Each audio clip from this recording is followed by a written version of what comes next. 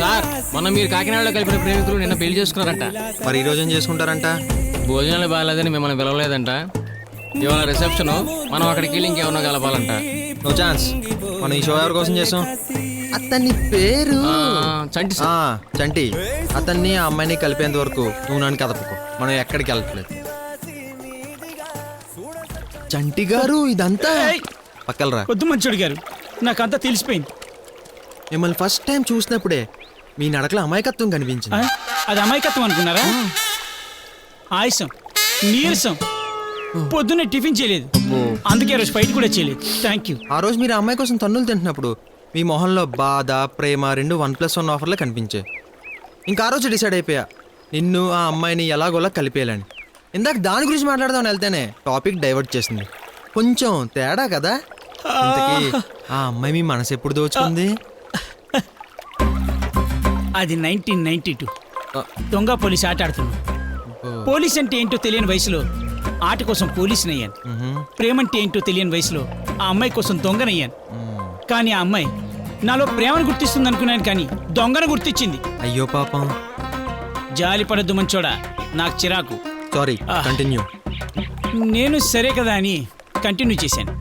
ఓసారి చెప్పడానికి ట్రై కూడా చేశాను. చీ కొట్టింది. ఏదైతే అదేందని చెప్పేశాను, నన్ను కొట్టింది. గట్టిగా తగిలిందా? పర్లేదు సార్, కొట్టింది మహాలక్ష్మి కదా, పెద్ద స్పర్శ తెలియలేదు. కానీ తనని వేధించి వెంటాడి అప్పుడు తెలుసుకున్నాను సార్, నాలో ఎప్పుడైతే హీరోజన్ చూస్తుందో అప్పుడే ఐ లవ్ చెప్తుందంట. ఒక్క విషయం చెప్పిన మంచోడా, తను లేని నా జీవితం దారం లేని గాలిపటం లాంటిది. మంచి గాలి వచ్చేంత వరకు వెయిట్ చేద్దాం. ఆ తర్వాత నన్ను దారంలా వాడుకొని మీరు ఎక్కడికో ఎగిరిపోండి. కానీ నిన్ను కలిపే బాధ్యత నాది. దానికి నేనేం చేయాలి? మన ఇద్దరం కలిసి ఒక టీంలా పనిచేయాలి. ఆ అమ్మాయిని ఎప్పటికప్పుడు ఫాలో అవుతూ ఉండాలి.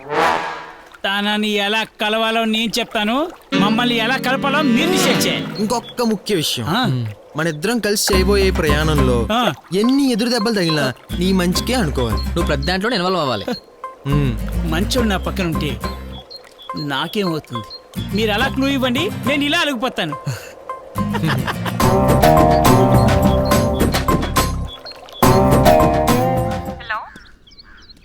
అసలు ఫోన్ చేయవేంటే నువ్వు?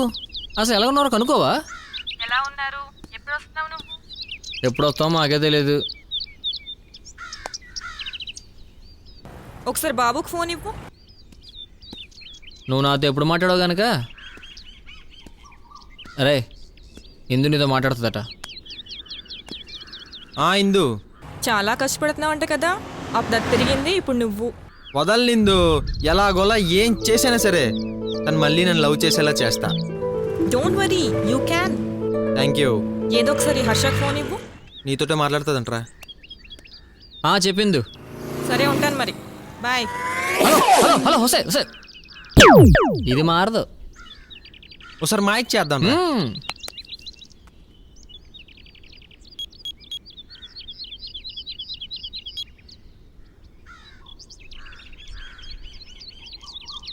సార్, ఏంటి అంత హుషారుగా ఉన్నావు?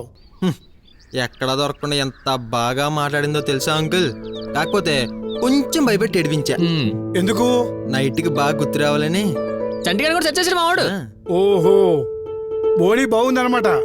తను నైట్ నా గురించి ఏమైనా మాట్లాడితే కొంచెం నా గురించి పాజిటివ్ గా చెప్పాలి, అంతే కదా? అబ్బాబ్బాబ్బా, అంతే అంకుల్. నేను చూసుకుంటాలే. అబ్బా అబ్బా అబ్బా, మీలాంటి ఫాదర్లు ఉంటే మాలాంటి లవర్స్ హ్యాపీగా నిద్రపోవచ్చు sir. Okay uncle, good night. ఉంటాం మరి. అలాగే.